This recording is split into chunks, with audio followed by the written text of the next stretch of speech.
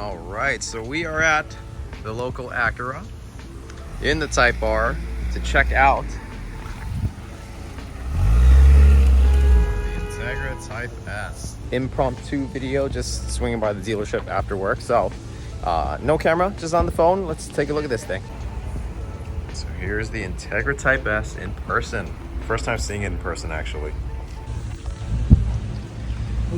Grill looks sick. Love the design. Look how open that is. So much airflow. Of course, just like the FL5, stock with a vented hood. The over fenders that are much more of a callback to the FK8 than the FL5. It's wide and aggressive. All right, let's go ahead and take a look at this one, guys. Okay, here it is. So 52 MSRP. But you guys ready to see the tag price? What is this? Markup adjustment of $15K. After everything, we're looking at $80,000 for this thing. $80,000. At $80K, I'd really rather look for a 981 GT4 used.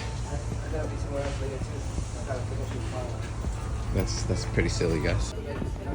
Now I want to take a look at this markup stuff though. So the markup alone says 15K, but what is launch edition accessory package for 7.5K is kind of crazy. Here is the launch edition stuff, I guess.